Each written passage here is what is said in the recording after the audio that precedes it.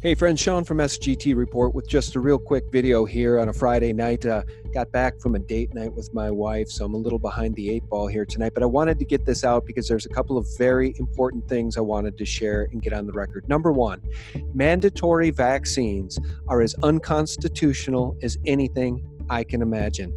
And great news tonight, a judge in Rockland County, New York, has sided with parents who sued to overturn a ban that kept their unvaccinated kids from public places, including school, during a measles outbreak. This is very, very important news because, guys, to me, mandatory vaccines is a line in the sand. I will have much more information coming about vaccines, the dangers of vaccines, the hepatitis B vaccine in particular, and the MMR vaccine. We're going to stay on top of this important story, and I continue to urge everyone to subscribe to Del Bigtree's High Wire with Del Bigtree YouTube channel, one of the most amazing YouTube channels out there. Okay, and now I wanted to get this on the record. I don't typically just read an article, but it's very important.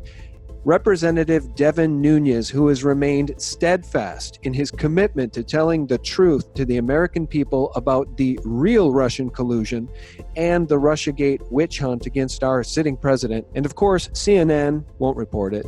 And of course, Washington Post won't report it, or the New York Times.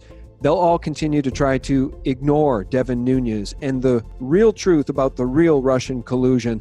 But Devin Nunes did pen this op-ed, which was published in the Washington Examiner. I need to read it right now.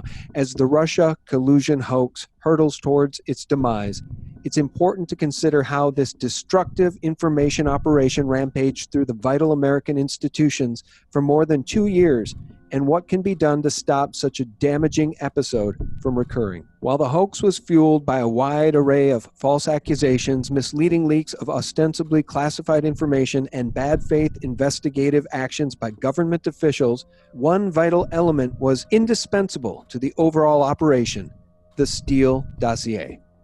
Funded by the Hillary Clinton campaign and the Democratic National Committee, let that sink in, friends, spread this far and wide, it is the truth, which hid their payments from disclosure by funneling them through the law firm Perkins Coie, the dossier was a collection of false and often absurd accusations of collusion between Trump associates and Russian officials.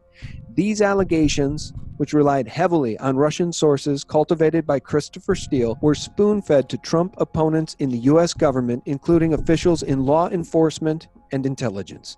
The efforts to feed the dossier's allegations into top levels of the U.S. government, particularly intelligence agencies, were championed by Steele, Fusion GPS co-founder Glenn Simpson, and various intermediaries.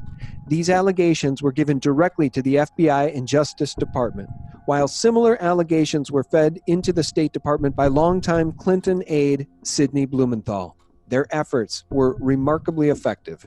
Officials within the FBI and DOJ, whether knowingly or unintentionally, provided essential support to the hoax conspirators, bypassing normal procedures and steering the information away from those who would view it critically. The dossier soon metastasized within the government, was cloaked in secrecy, and evaded serious scrutiny.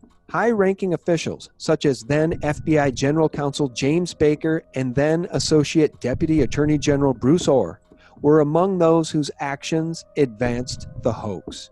Or, one of the most senior officials within the DOJ, took the unprecedented step of providing to Steele a back door into the FBI investigation. This enabled the former British spy to continue to feed information to investigators, even though he had been terminated by the FBI for leaking to the press and was no longer a valid source.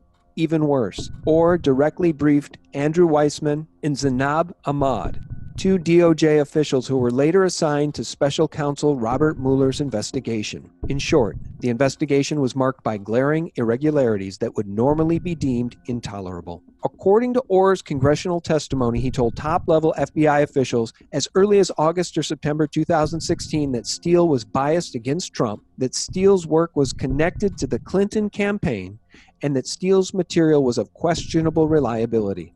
Steele himself confirmed that last point in a British court case in which he acknowledged his allegations included unverified information.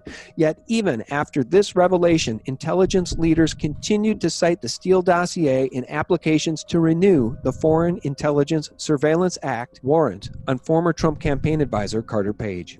It is astonishing that intelligence leaders did not immediately recognize they were being manipulated in an information operation or understand the danger that the dossier could contain deliberate disinformation from Steele's Russian sources. In fact, it is impossible to believe, in light of everything we now know about the FBI's conduct of this investigation, including the astounding level of anti-Trump animus showed by high-level FBI figures like Peter Strzok and Lisa Page, as well as the Inspector General's discovery of a shocking number of leaks by FBI officials. It is now clear that top intelligence officials were perfectly well aware of the dubiousness of the dossier, but they embraced it anyway because it justified actions they wanted to take, turning the full force of our intelligence agencies first against a political candidate and then against a sitting president. Friends, side note from me, SGT, these facts describe a coup. Back to Nunes. The hoax itself was a gift to our nation's adversaries, most notably Russia.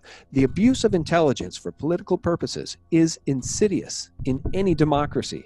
It undermines trust in democratic institutions, and it damages the reputation of the brave men and women who are working to keep us safe. This unethical conduct has had major repercussions on America's body politic, creating a years-long political crisis whose full effects remain to be seen. Having extensively investigated this abuse, House Intelligence Committee Republicans will soon be submitting criminal referrals on numerous individuals involved in these matters. Included here is a picture of Clapper, of Brennan, and Comey. And Nunes concludes, these people must be held to account to prevent similar abuses from occurring in the future. The men and women of our intelligence community perform an essential service defending American national security, and their ability to carry out their mission cannot be compromised by biased actors who seek to transform the intelligence agencies into weapons of political warfare. Friends, we'll conclude with the most important sentence in this op-ed. House Intelligence Committee Republicans will soon be submitting criminal referrals on numerous individuals involved in these matters. Boom. Thanks for watching, and for real news 24/7, visit us at sgtreport.com and stay tuned. On Saturday night, I'll be releasing an interview with David Morgan. Thanks so much for listening. Thanks for tuning in. God bless. Bye-bye.